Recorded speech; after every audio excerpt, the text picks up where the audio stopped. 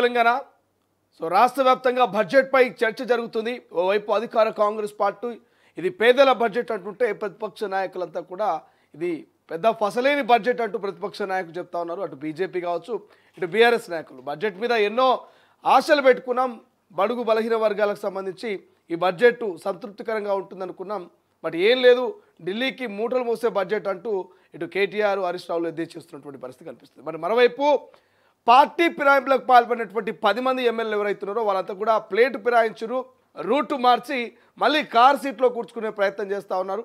ఈ నెల 25న సుప్రీంకోర్టులో విచారణ ఉంది. ఈ నేపథ్యంలో పార్టీ ఫిరాయింపు ఎమ్మెల్యేలంతా కూడా మేము పార్టీ మారలేదురా బాబు, మమ్మల్ని కొంతమంది సోషల్ మీడియా వక్రీకరించి చూపిస్తూ ఉన్నాయి తప్ప మేము ఎక్కడా కూడా కాంగ్రెస్ పార్టీకి పోలేదు, కాంగ్రెస్ పార్టీ కండువా కప్పుకోలేదు, కాంగ్రెస్ పార్టీ తీర్థం పుచ్చుకోలేదని 10 మంది పార్టీ మారినటువంటి ఎమ్మెల్యేలు చిలక పలుకులు పలుకుతూ ఉన్నారు. సో ఈ 10 మందిలో ఒక ఎమ్మెల్యే ఒక స్టెప్ ముందడిగేసి పటాన్చెరు ఎమ్మెల్యే గూడెం మైపాల్ రెడ్డి ఇక సుప్రీంకోర్టులో ఉన్నటువంటి ఆ ఏదైతే రిట్ పిటిషన్కి సంబంధించి అఫిడవిట్ దాఖలు చేశారు. దయచేసి ఆ రిట్ పిటిషన్ని కొట్టివేయాలి, బీఆర్ఎస్ పార్టీకి నాకు అనుబంధం చాలా ఎక్కువ ఉంది, చాలా రోజుల నుంచి ఆ పార్టీలో నేను కంటిన్యూ అవుతున్నా, నేను పార్టీ మారలేదు బీఆర్ఎస్ పార్టీలో ఉన్నా అని చెప్పేసి గూడెం మైపాల్ రెడ్డి ఒక అఫిడవిట్ దాఖలు చేయబోతా ఉన్నారట రిట్ పిటిషన్కి సంబంధించి. దాన్ని కొట్టివేయాలి రిట్ పిటిషన్ అని చెప్పేసి. సో గూడెం మైపాల్ దారిలోనే ఇంకొంతమంది కూడా మరి ప్రయత్నాలు చేస్తూ ఉన్నారట. సేమ్ 25వ తారీఖు నాడు మరి మేము విచారణలో ఏమవుతుందో మా మీద అనర్హత వేటు పడుతుంది అని చెప్పేసి.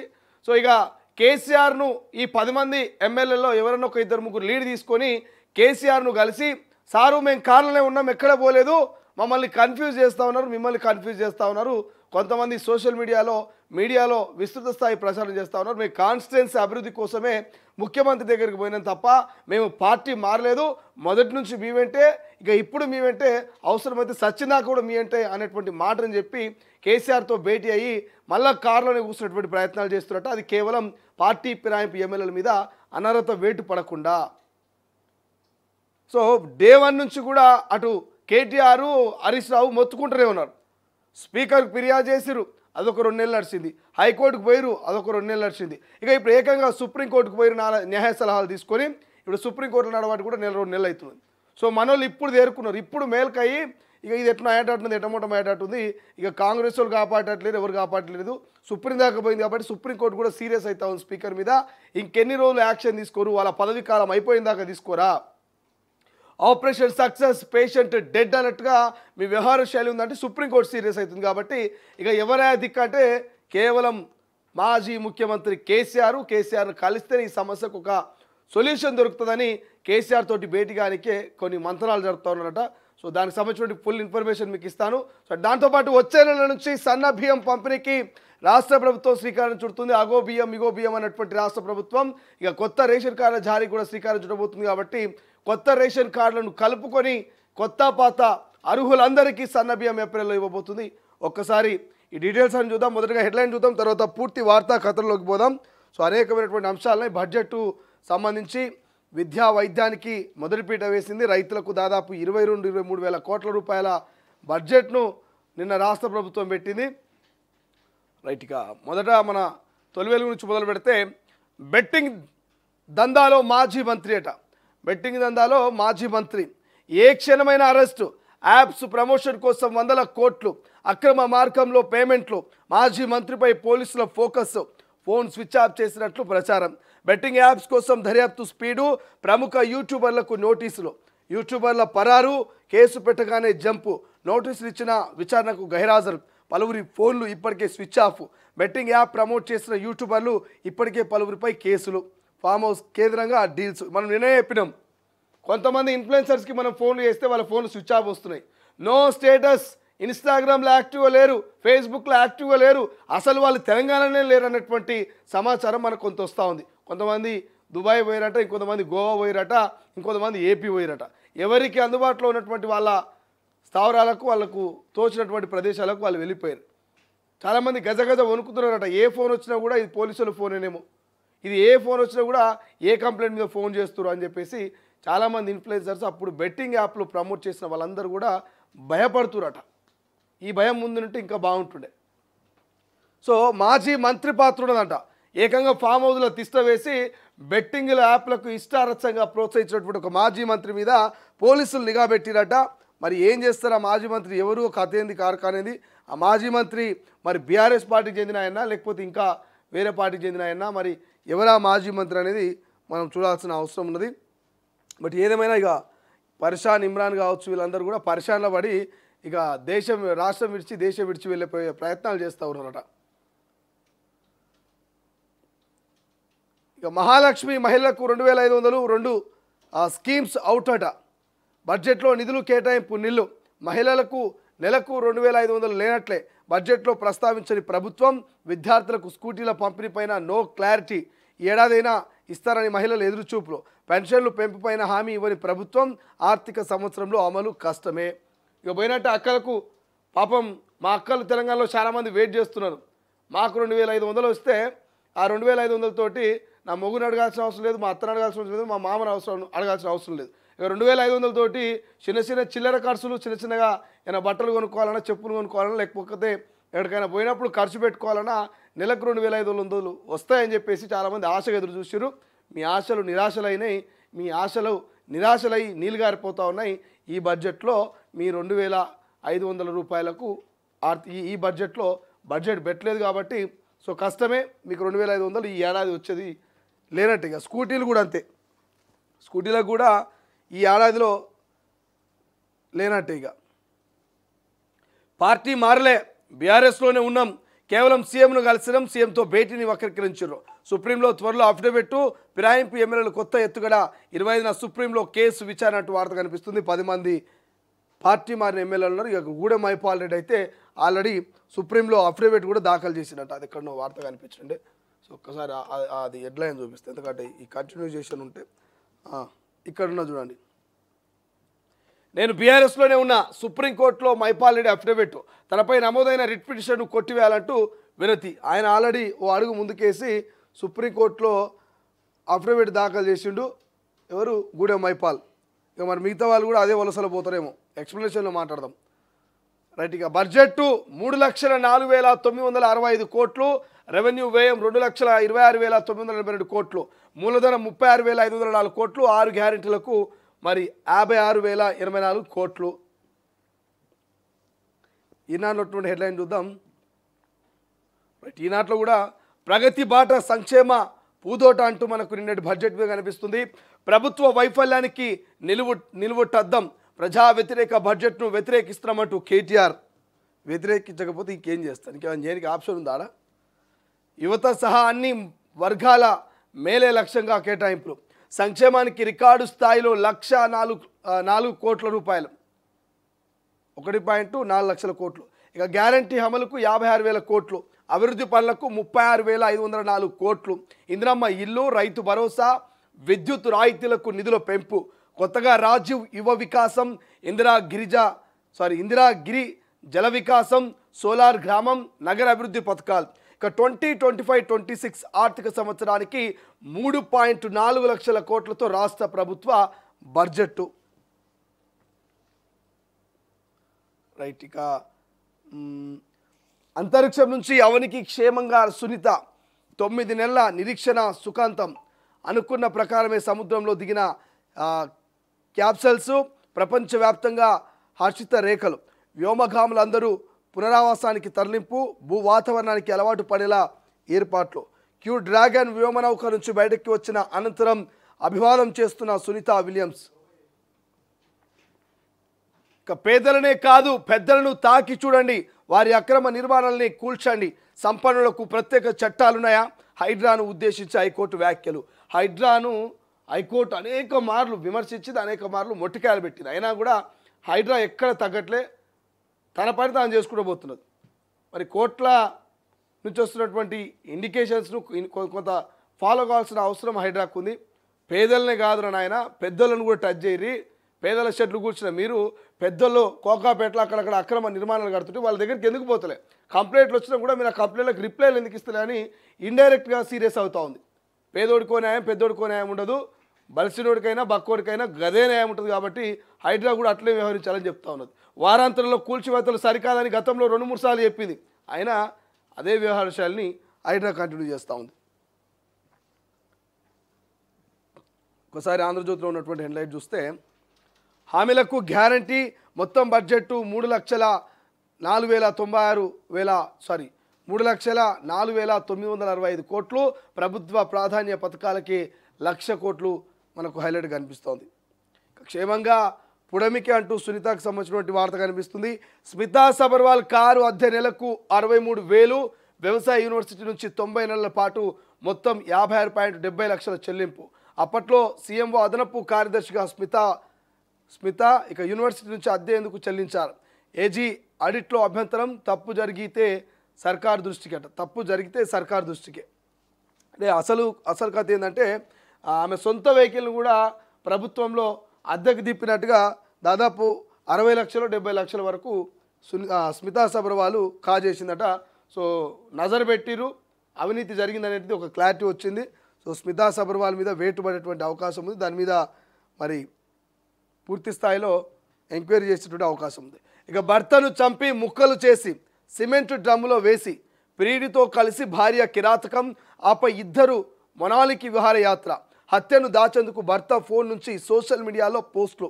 ఉత్తరప్రదేశ్లోని మెరాట్లో ఘటన. హతుడు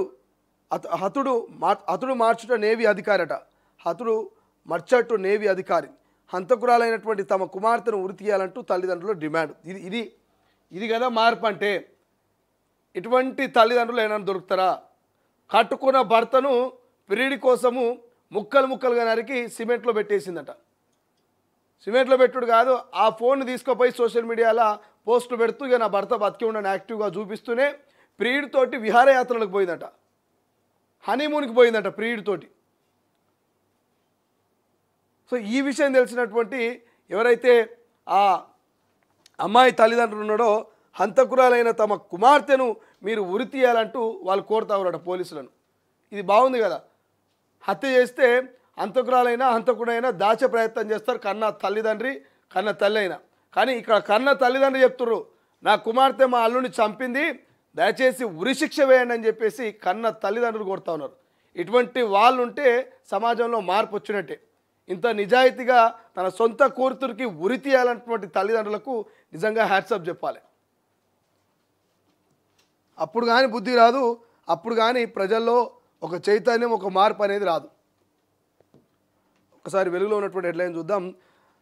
పల్లెకు ముల్లెలు అని చెప్పేసి వార్త కనిపిస్తుంది. పల్లెకు కాసుల ముల్లె పోతా ఉంది. రాష్ట్ర బడ్జెట్లో గ్రామాలకి 60% పైగా నిధులంటూ మనకు వెలుగులో నిన్నటి బడ్జెట్ హైలైట్ కనిపిస్తుంది. చదువులకు సరిపడా 23,108 కోట్లు కేటాయింపు. గతేడాది కంటే 1,816 కోట్లు ఎక్కువ. యూనివర్సిటీల అభివృద్ధికి 500 కోట్లంట. వ్యవసాయానికి దండిగా వ్యవసాయ రంగానికి 24,439 కోట్ల రూపాయలు. ఇందులో రైతు భరోసా స్కీమ్కే 18,000 కోట్లు. ఈ ఏడాది నుంచి పంటల బీమా పథకం అమలు. సంక్షేమానికి భారీగా ఎస్సీ వెల్ఫేర్కు 40,232 కోట్లు, ట్రైబల్ వెల్ఫేర్కు 17,169 కోట్లు, బీసీ సంక్షేమానికి 11,405 కోట్లు. మరి ఏందో బీసీల మీద చిన్నచూపు చూసినట్టు అనిపిస్తూ ఉందని కొంతమంది బీసీ నాయకులు బాధపడుతున్నట్ట. ఎందుకంటే ఎస్సీ వెల్ఫేర్కు 40 ఇచ్చి ట్రైబల్కు 17, ఇక్కడ బీసీకి మాత్రం 11,405 కోట్లు. రాష్ట్రంలో 56% పైగా ఉన్నటువంటి బీసీలకు బడ్జెట్లో పెట్టింది 11,000 కోట్లు మాత్రమే. మరి బీసీల మీద ప్రేమ ఉంది, కులగణన ఉంది, 42% బీసీ రిజర్వేషన్ ఇస్తున్నామన్నటువంటి రాష్ట్ర ప్రభుత్వం మరి 56% పైగా ఉన్నటువంటి బీసీలకు 11,000 కోట్ల రూపాయలు ఏందనేటువంటి విమర్శలు సైతం అక్కడక్కడ వినిపిస్తూ ఉన్నాయి. చూడాలి. ఇక అరచేతిలో వైకుంఠం బడ్జెట్ బుక్లో 2 పేజీలు పెరిగినాయి తప్ప పసలేదంటూ హరీష్ రావు చెప్తున్నాడు. 6 గ్యారెంటీల ఊసు లేదు. మహిళలకు నెలకు 2,500 ఇవ్వకుండా అందాల పోటీలకు 250 కోట్లు పెడతారంటూ ప్రశ్న. పెనం నుంచి పొయ్యిలో పడ్డట్టు బీఆర్ఎస్ ప్రభుత్వం తీరును తలదన్నేలా కాంగ్రెస్ వ్యవహారం అంటూ కిషన్ రెడ్డి. అంచనాలు భారీ, కేటాయింపులు అమల్లో మాత్రం సారీ, గ్యారెంటీలపై ఆశలు వదులుకునేలా ఉందంటూ కామెంట్. బడ్జెట్ ఓం boom bush Bandi Sanjay అంటుడు. SC వర్గీకరణ ఎవరికి వ్యతిరేకంగా కాదు, వర్గీకరణ మేం చేస్తే మందకృష్ణ మాత్రం మోదీని నమ్ముతుండు సీఎం రేవంత్. బీజేపీ రాష్ట్రాలు ఎక్కడ చేయలేదు, మేం చిత్తశుద్ధితో బిల్లు పాస్ చేసినాం. 30 ఏళ్ల వర్గీకరణ ఇష్యూకు పరిష్కారం చూపినాం. ఎన్ని ఒత్తిళ్లు వచ్చినా వెనక్కి తగ్గలేదు. ఇక నోటిఫికేషన్లు వస్తాయి, నిరుద్యోగులు ప్రిపేర్ కావాలంటూ సూచన. ముఖ్యమంత్రిని సన్మానించిన ఎస్సీ సంఘాల నేతలు. సన్నబియ్యం పంపిణీకి రెడీ, వచ్చే నెల నుంచి రేషన్ షాపుల ద్వారా జనానికి స్టాక్ పాయింట్లకు చేరుతున్న రైస్ కొత్త కార్డులతో కలిపి ఏడాదికి 22 లక్షల టన్నులు అవసరం అంటూ అంచనా. వచ్చే మార్చి నాటికి రాష్ట్రం అప్పు 7.46 లక్షల కోట్ల రూపాయలంటూ ఒక వార్త మనకు హైలైట్ కనిపిస్తుంది. ఒక్కసారి దిశలో ఉన్నటువంటి హెడ్లైన్ చూద్దాం. దిశలో కూడా యాస్టీస్గా సంక్షేమానికి గ్యారంటీ అంటూ బడ్జెట్ వార్తనే హైలైట్ కనిపిస్తుంది. ఇక కేసీఆర్ క్యాంప్ ఆఫీస్కు టూలెట్ బోర్డు ఏర్పాటు చేసిన గజ్వెల్ బీజేపీ నాయకులు చేతకాకుంటే రాజీనామా చేయాలంటూ నిరసన. మా ఎమ్మెల్యే కేసీఆర్ కనబడట్లేదు, యూత్ కాంగ్రెస్ ఆధ్వర్యంలో గజ్వెల్ పిఎస్లో ఫిర్యాదట. 8 ఏళ్లలో 61 లక్షలు స్వాహా. ఐఏఎస్ ఆఫీసర్ స్మితా సబర్వాల్ అధికార దుర్వినియోగం. వ్యక్తిగత వాహనాన్ని ప్రభుత్వానికి అద్దెకిచ్చినట్టు బిల్లు. నిజం నిగ్గు తేల్చిన కేంద్ర ఆడిట్ సంస్థలు. ప్రభుత్వానికి వ్యవసాయ యూనివర్సిటీ నివేదిక. త్వరలో మన స్మితా సబర్వాల్ మీద చర్యలు ఉండే అవకాశం ఉంటాయట. ఒక్కసారి స్వేచ్ఛలో ఉన్నటువంటి హెడ్లైన్ చూద్దాం. స్వేచ్ఛలో కూడా ఆల్మోస్ట్ బడ్జెటే, బడుగుల బడ్జెట్ అంటూ బడ్జెట్ వార్త హైలైట్గా కనిపిస్తుంది. ఇటు బట్టి అటు ముఖ్యమంత్రి రేవంత్ ఫోటోలు కనిపిస్తూ ఉన్నాయి. ఇదంతా కూడా బడుగు బలహీన వర్గాల బడ్జెట్ అని. ఇక నాడు సస్పెన్షన్, నేడు చట్టబద్ధత. ఆనాడు వర్గీకరణపై గొంతెత్తితే సస్పెండ్ చేశారు. నేడు సీఎంగా ఇదే సభలో చట్టబద్ధత కల్పించా. లీగల్ చిక్కులు రాకూడదనే ఏకసభ్య కమిషను 10 ఏళ్ల పాటు పెండింగ్లో, ఏడాదిలోనే పూర్తి. సుప్రీం తీర్పు తర్వాత మొదట అమలు ఇక్కడే. దళిత ఎమ్మెల్యేలు సంఘాలతో సీఎం రేవంత్ తోటి వార్త హైలైట్ కనిపిస్తుంది. మన వార్త సీఎంపై కేసు కొట్టివేత. జర్వాడ డ్రోన్ కేసులో రేవంత్కు ఊరట. తప్పుడు సెక్షన్లు నమోదు చేస్తారన్న లాయర్. ఏకీభవించిన హైకోర్టు కేసు కొట్టివేస్తూ తీర్పు. ఇదే కేసులో గతంలో రిమాండ్కు వెళ్ళిన రేవంత్ ఇక కేటీఆర్పై వరుస కేసులు, మరో 8 మందిపై కూడా కేసులు. ఇక కోర్టు కూడా అన్నట ఏమవుతుందా, నీ ఫామ్ హౌస్ మీద డ్రోన్ ఎగిరేదైనా రూల్ ఉందా, ఎగిరేస్తే ఏమైనా ఆగమయ్యేది ఏమున్నదా, ఏమైనా పోయేదేమున్నదా అని చెప్పేసి కోర్టు కేసు కొట్టేసిందట. రైట్, నమస్తే తెలంగాణ. ఒక్కసారి చూస్తే ఏలే ఇది అంతా ఉత్తది కథ. రేవంత్ను తిట్టాడని దళిత రైతు వెంకటయ్య అరెస్టు. అన్నంపల్లెం గుంజేసి రెక్కలిడిచి పోలీసు వాళ్ళు పట్టుకుపోయిండ్రు. రేవంత్ రెడ్డిని ఏమో అన్నవంట అని బెదిరించారు. ఎక్కడికి తీసుకుపోతుండ్రో చెప్పమంటే చెప్పలేదు. ఆయనకు ఏమన్నా జరిగితే రేవంత్ రెడ్డిదే బాధ్యత. దర్శనం వెంకటయ్య భార్య లక్ష్మి కన్నీరు మున్నీరు. 70 ఏళ్ల వృద్ధుడిపై సర్కార్ దౌర్జన్యం. భూమిని లాక్కోవడంతో మానకోటు రైతు ఆక్రోశం. సీఎంను తిట్టాడంటూ అక్రమ కేసు, అరెస్ట్ అట. రసమై ఇంటిపై దాడికి యత్నం. మానకొండూరు కాంగ్రెస్ శ్రేణులు దౌర్జన్యం. ముక్కుమడిగా వెళ్లి ఇంటిపై దాడికి పన్నాగం. అడ్డుకొని అదుపులోకి తీసుకున్న పోలీసులు. గృహ నిర్బంధంలో మాజీ ఎమ్మెల్యే బాలకిషన్. కవ్వంపల్లి అవినీతిని ప్రశ్నించేందుకే హరీష్ ఎమ్మెల్యే దిష్టిబొమ్మ దహనం చేసిన బీఆర్ఎస్ అట. కవ్వంపల్లి అవినీతిని ప్రశ్నించినందుకే అంట హరీష్ ఇక ఎమ్మెల్యే దిష్టిబొమ్మ దహనం చేసిన బీఆర్ఎస్. పేదలపైనే మీ ప్రతాపమా, పెద్దల సంగతి ఏందంటూ హైడ్రాపై హైకోర్టు సీరియస్ అయినటువంటి అంశము ఇక్కడ కనిపిస్తుంది. కబ్జాకు హైడ్రా అండదండల. గంగారం చెరువును మట్టితో నింపేశారు. అక్రమార్కులకు హైడ్రా సహకరిస్తున్నదా? పిఎస్సి చైర్మన్ ఆర్కెపుడి గాంధీ నిలదీత. ఇక పేదల ఇండ్లు కూల్చి చెరువుల రక్షణ.